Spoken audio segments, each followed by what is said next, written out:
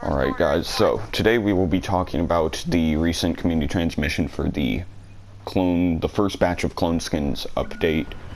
So we'll just start from the top and see what we got in this community transmission.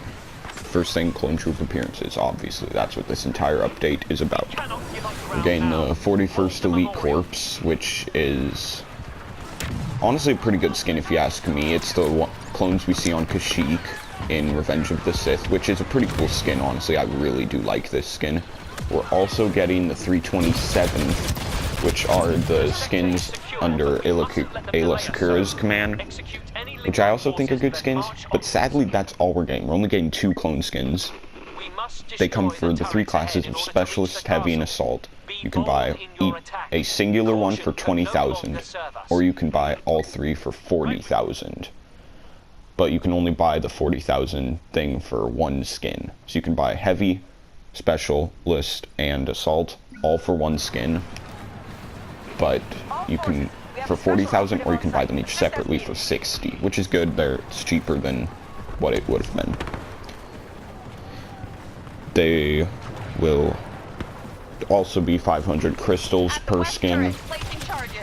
And then the heroes and victory emotes and victory poses, not heroes, but that does relate to heroes, as we will be able to buy them now. Will each hero emotes and victory poses, I guess, will cost 2,000 credits or 50 crystals. Trooper emotes and victory poses will cost 1,000 credits and 25 crystals, which I feel like it would be better if it was just emotes a certain amount, all emotes, like for whatchamacallit, for heroes and troopers. I feel like if emotes were that, then it would be better. But I guess, I mean, it still works. They're still cheap, they're affordable, honestly, and you don't even have to buy all of them. Like, I'm not going to be buying that many until I have, like, a big surplus of money. But a surplus of credits, I should say, not money. Because I'm not actually going to buy crystals or anything. The next thing is the Naboo Palace Hangar, which is basically just going to be put into Blast and into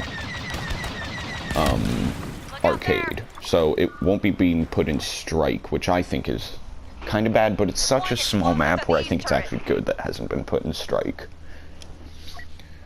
So that's good, I guess. I mean, this is my favorite Heroes vs. Villains map, probably.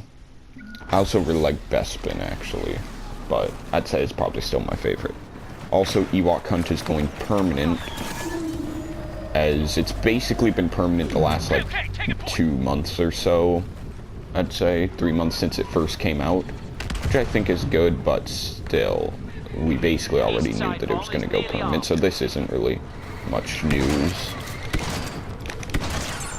Anyways, end of round screen will also be changing,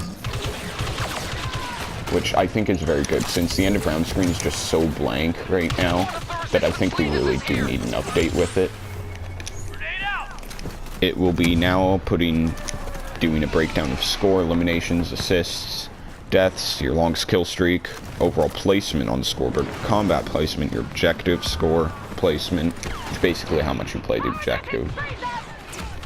And it will also be saying whether you're on the winning team, which I think that's good, I guess. I don't know how I just survived that, but whatever.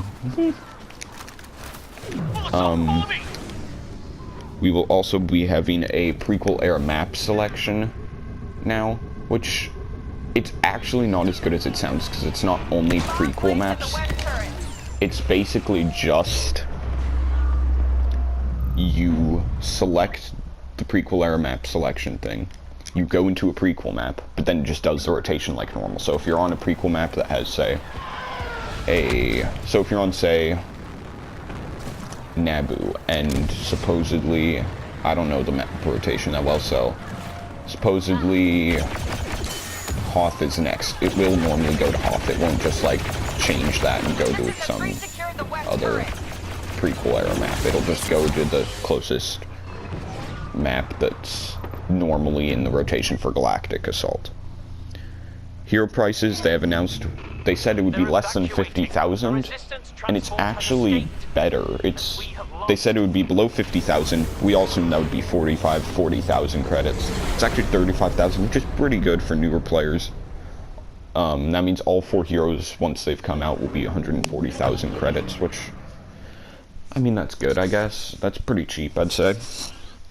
And it's definitely gettable for people who already have the game, who have been playing it a while. Like, I know people who have, like, hundreds of thousands of credits just saved up, and they can buy the skins instantly. They'll buy the heroes instantly. They can buy just about everything pretty quickly. They've also, this is the biggest part of the update, I'd say, they're reducing the battle point system. So basically everything's cheaper. 8,000, although I believe it's only for Galactic Assault. Anything that's 8,000 battle points will be now 6,500. Everything that's 6,000 battle points will be 4,500, so that's the hero thing mainly. That's about heroes, so you can get heroes faster since they are not bringing, it doesn't seem like they're bringing back the 2x multiplier, which I think is kinda dumb, honestly. Oh look, my assault's fully maxed, hooray. Alright. Anything that's 3,000 battle points will now be 2,200. Anything 2,500 battle points will now be 1,900. 2,000 will be reduced to 1,500. 1,500 will be reduced to 1,100. Anything 1,000 battle points will be 750.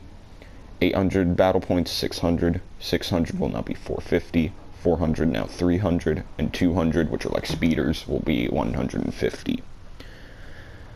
These will, they're the bug improvements.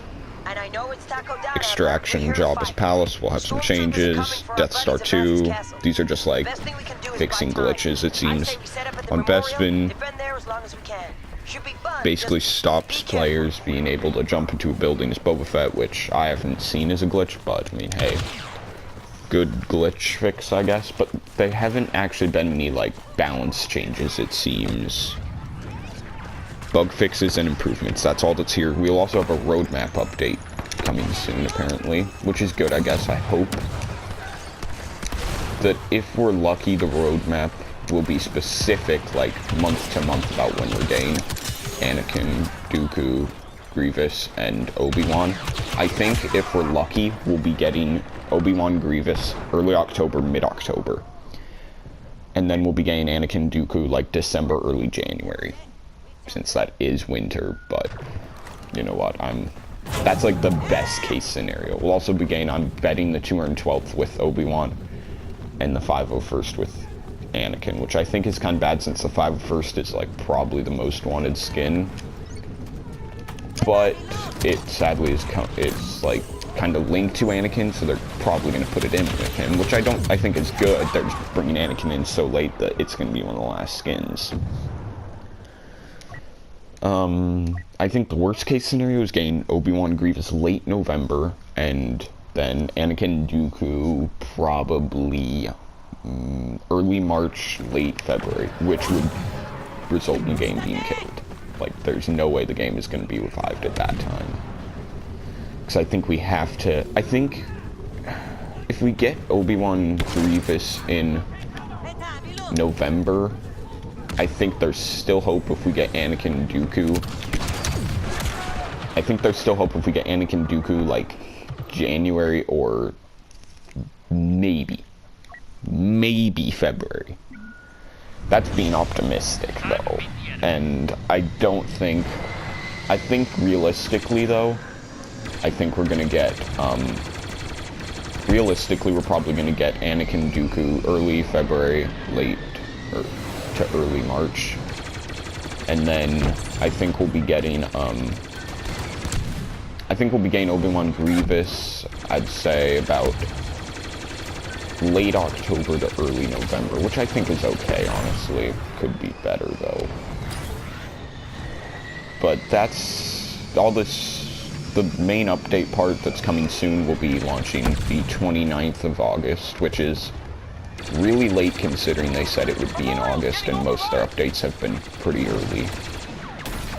Then again, they did do the putting Palpatine back in Ewok Hunt patch early August, so I mean, I guess it makes sense that they aren't going to do the main update right after, unless they were doing those at the same time, which they obviously did not do. But that's just about all that's been announced in this update. I think it's good, but it could have been quite a bit better if they'd been giving us more skins, made more clone skins.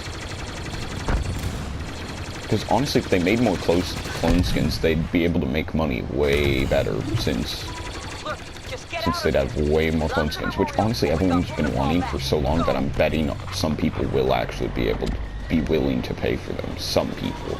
Personally, I won't, because I don't play Battlefront like 8 hours a day or something. So I don't have that many credits. Actually, I haven't played it in like a month or something, because I thought it was just so dead. But it does seem like Obi-Wan Grievous might revive it some, and Anakin and Dooku will probably revive it some more if they come less than 2 months apart, though. They have to come pretty close together. If they don't, then the game is dead, and I'm destroying ties. This is fun. But yeah, that's just about all that's coming this update. I think it definitely is pretty good. It could have been better, though, with more clone skins. That's the main concern. As for the Droideka, though, the leaked Droideka, I don't think it's coming, because anything else that's been pictures, they haven't exactly, like, actually given to us yet. Anything else that's been leaked, like, we want it, they probably know that.